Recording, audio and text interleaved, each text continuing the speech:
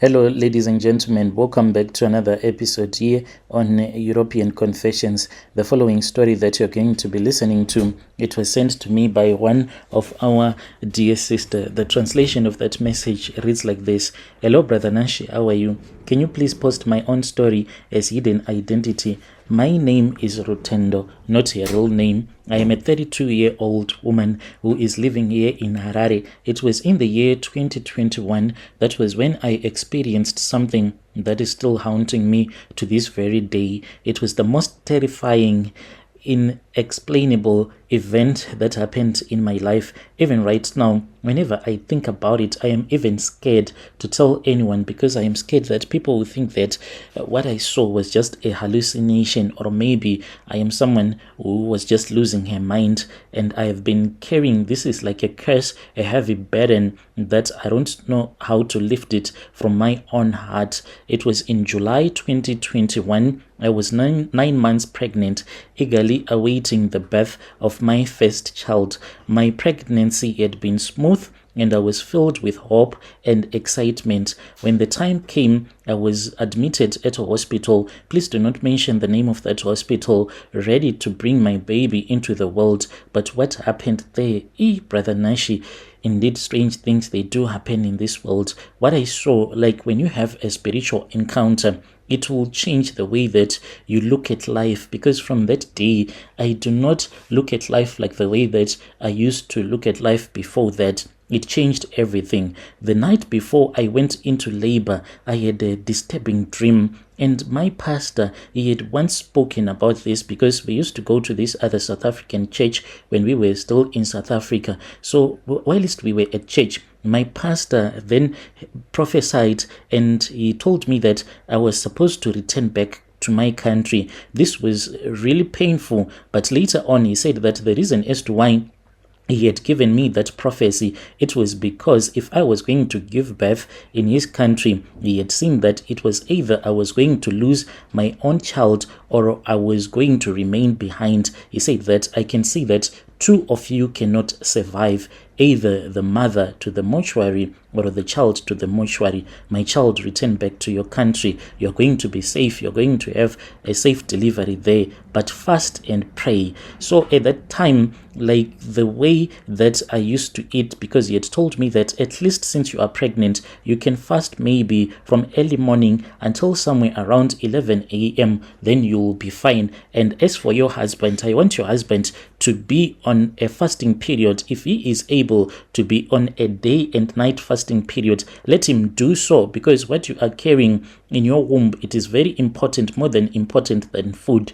The moment that I left South Africa, returning back home, I left my husband there. My husband, I really do not know what happened to him. He stopped going to church and he started drinking alcohol. Even right now, we are still facing that same challenge. My husband is always drinking alcohol and playing snooker. It happened when I left him alone. When I returned back home, when I went into labor, that was when I had a very disturbing dream. In the dream, I was in the hospital room where I was staying. Everything seemed normal at first, but when I then noticed one of the nurses, a woman who had been checking on me throughout the day, doing something that was quite horrifying. She was standing in the corner of the room, drinking blood from a small cup, but this cup, it was made out of clay. Her eyes, they were cold and empty. And then she noticed me. She watched me as I was watching her. She smiled, and then she just disappeared.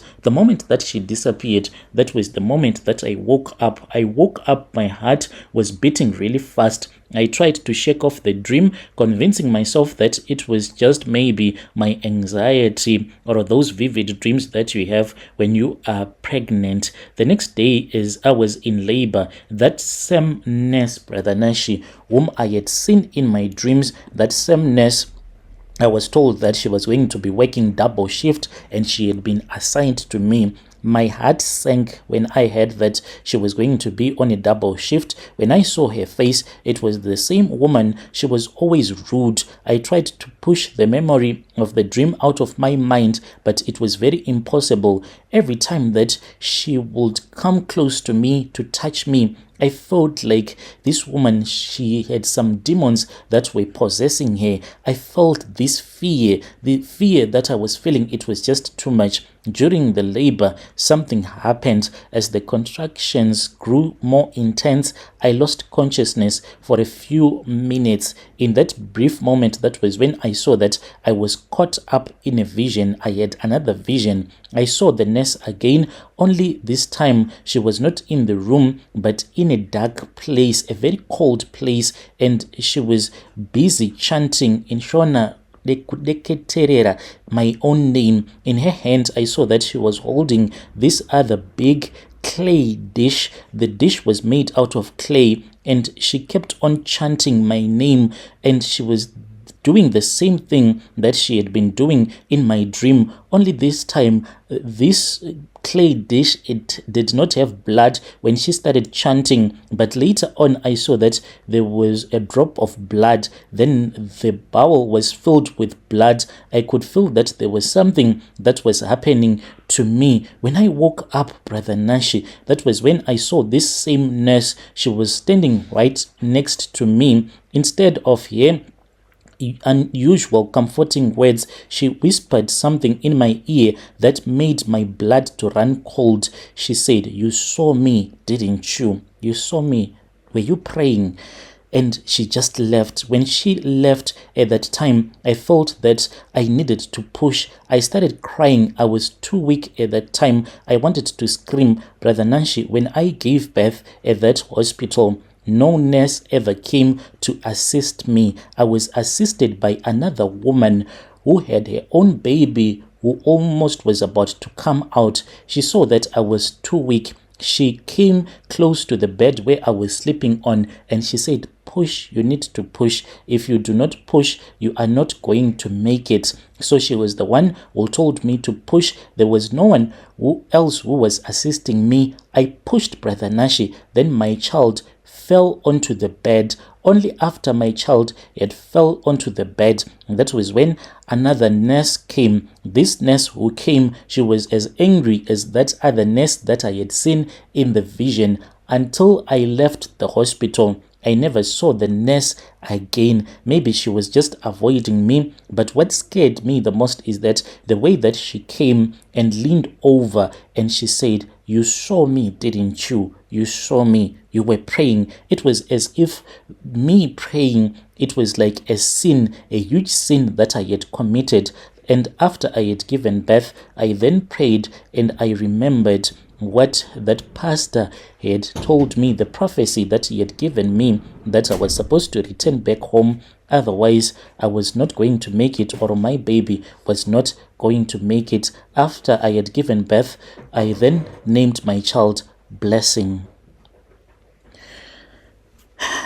Dear listeners, right there was a message that was sent to me by one of our dear sister, and that was the translation of the message that was sent to me. Strange things indeed, they do happen in this world.